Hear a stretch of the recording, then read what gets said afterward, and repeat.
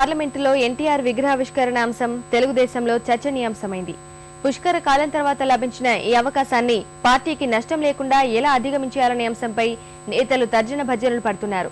విగ్రహం ఏర్పాటులో పురంధేశ్వరిని అడ్డం పెట్టుకుని కాంగ్రెస్ రాజకీయాలు చేస్తున్న విషయాన్ని ప్రజల్లోనే ఎండగట్టాలని తెదేపా భావిస్తోంది. ఈ నెల 7న పార్లమెంట్లో ఎన్టీఆర్ విగ్రహావిష్కరణ కార్యక్రమానికి సంబంధించి స్పీకర్ కార్యాలయం నుంచి ఎలాంటి ఆహ్వానం అందకపోవడాన్ని తెలుగుదేశం తీవ్రంగా పరిగణిస్తోంది. ఇదే విషయమై అందుబాటులో ఉన్న ముఖ్య నేతలతో తన నివాసంలో సమావేశమైన బాబు బాలయోగి స్పీకర్ గా ఉన్న సమయంలోనే విగ్రహ ఏర్పాటుకు అనుమతి పొందిన విషయాన్ని నేతల వద్ద ప్రస్తావించారు. అయితే విగ్రహం ఏర్పాటు పార్టీ పరంగా కాకుండా కుటుంబ పరంగా ఉండాలని పురంధేశ్వరి అడ్డుపడిందనే విషయం వారి మధ్య చర్చకు వచ్చింది. భేషజాలకు పోకుండా అందుకు అంగీకరించినా వ్యక్తిగతంగా తనకి అనుమతి ఇవ్వాలని పట్టుబట్టి విగ్రహం ఏర్పాటులో జాప్యానికి కారణమయ్యారని నేతలు ఆయన వద్ద ప్రస్తావించారు. ఇదే విషయాన్ని అడ్డం పెట్టుకుని కాంగ్రెస్ రాజకీయాలకు పాల్పడినా ఎన్టీఆర్ తమ సొత్తే అన్న విషయాన్ని ప్రజల్లోకి బలంగా తీసుకెళ్లాలని తెదేపా నేతలు నిర్ణయించినట్లు తెలుస్తోంది.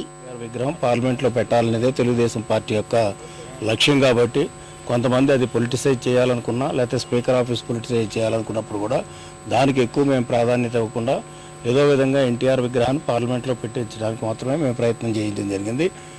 అట్ లాస్ట్ వాళ్ళు పార్లమెంట్లో ఎన్టీఆర్ విగ్రహం పెట్టడానికి నిర్ణయం తీసుకోవడం జరిగింది. దాన్ని కూడా మేము ఆనాడు ఆహ్వానించాం. ఇప్పటివరకు కూడా మాకు ఏ విధమైనటువంటి మా అధ్యక్షుల వారికి ఏ విధమైనటువంటి ఇన్విటేషన్ లేదు ఆ స్టాట్యూ ఇన్స్టాలేషన్ గురించి. పురంధేశ్వరి లేఖ ఆధారంగా విగ్రహం ఏర్పాటు చేస్తుండడం వల్ల ఈ కార్యక్రమానికి వెళ్లాలా వద్దా అన్న సందిగ్ధంలో తెలుగుదేశం ఉంది.